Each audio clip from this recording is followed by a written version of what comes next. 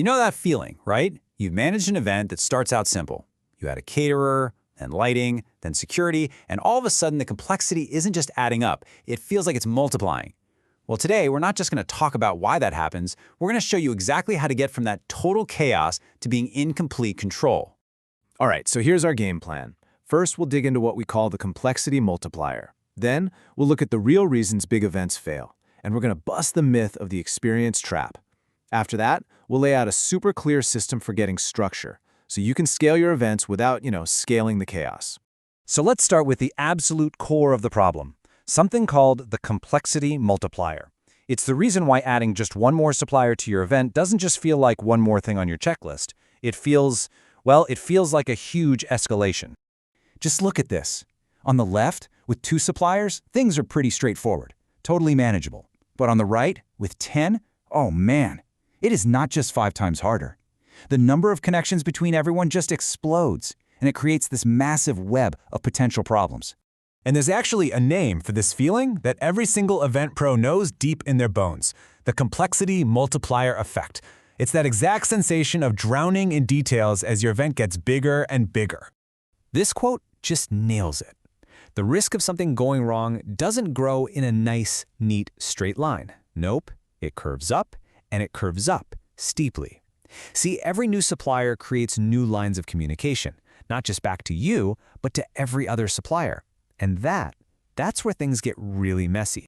And here's that ripple effect in action, a tiny miscommunication with the lighting team.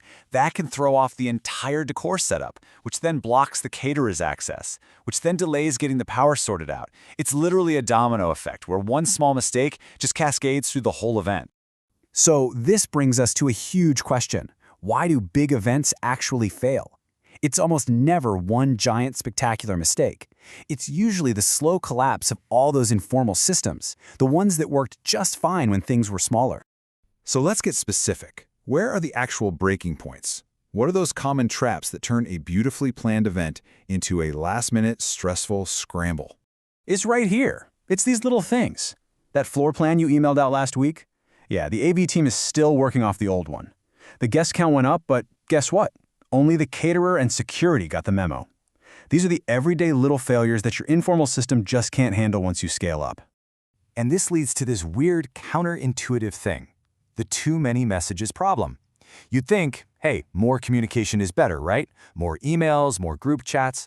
But what really happens is that the important stuff gets buried, nobody's quite sure who's responsible for what, and you've got people working off 3 different versions of the plan. Now you might be thinking, look, I'm an experienced planner. I can handle this. And that brings us to something really important we have to unpack, the experience trap. It's this belief that your personal skill can somehow just overpower systemic complexity. I mean, this is such a common way of thinking in our industry, isn't it? The idea that through sheer grit and follow-ups and working crazy long hours, a really seasoned pro can just, keep all the plates spinning. But there's a very hard limit to that approach. Because when you really break it down, what is experience without a system? Well, it's relying on your own memory, endless manual check-ins, and you being the single point of contact for everything. As you can probably guess, that is not a model you can scale. It's just a recipe for burnout. So here's the absolute key takeaway.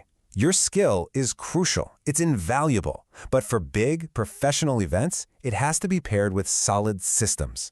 The system is what handles the complexity, and that frees up your skill to focus on what really matters, creativity and the client's experience. So, what does the system like that even look like? Let's get into the blueprint for managing all this complexity. A real system for creating structure where there could be chaos. So what's the fix? It's not some magic software. It's a 5-part strategy. 1, a centralized hub, a single source of truth for everybody. 2, supplier-specific access, so vendors only see what they need to see. 3, absolute version control. No more "is this the latest one" confusion. 4, a structured way to manage changes. And finally, number 5, a clear responsibility map, so everybody knows exactly what their job is. And that's the whole game right there. You're replacing dozens of scattered, fragile lines of communication with one single, strong, structured foundation that everyone can build on. That's how you tame the beast. And this brings us to the payoff. Putting a system like this in place isn't just about making one event run a little smoother, it's about defining the entire future of your business and choosing how you want to grow. Think about it. Without a system, every single question, every update, every decision has to go through you. You become the single point of failure. Your personal capacity to juggle details becomes the hard ceiling on your business's growth. You are the bottleneck. But now, look at the alternative. With a solid structure in place, the system does the heavy lifting. It handles the updates, the versions, the communication, and that frees you up to lead, to strategize, and to manage more events and bigger events than you ever thought possible. This chart really says it all. Those informal tools you're using, the emails, the spreadsheets, they work fine for 3, maybe 6 suppliers, but they will completely break when you try to manage 20. To make that jump, you absolutely need to switch to a structured system. So the takeaway for any professional who wants to scale up is actually pretty simple. If you want to land bigger clients and take on more complex events, your growth is directly tied to your ability to manage information in a structured way, period. And I want to leave you with this final thought, because it just perfectly captures everything we've talked about. The size of the event, that's not the real enemy. The true challenge is whether your system for coordinating information is big enough to handle that scale. So the question isn't, can you handle a big event? It's, is your system ready for one?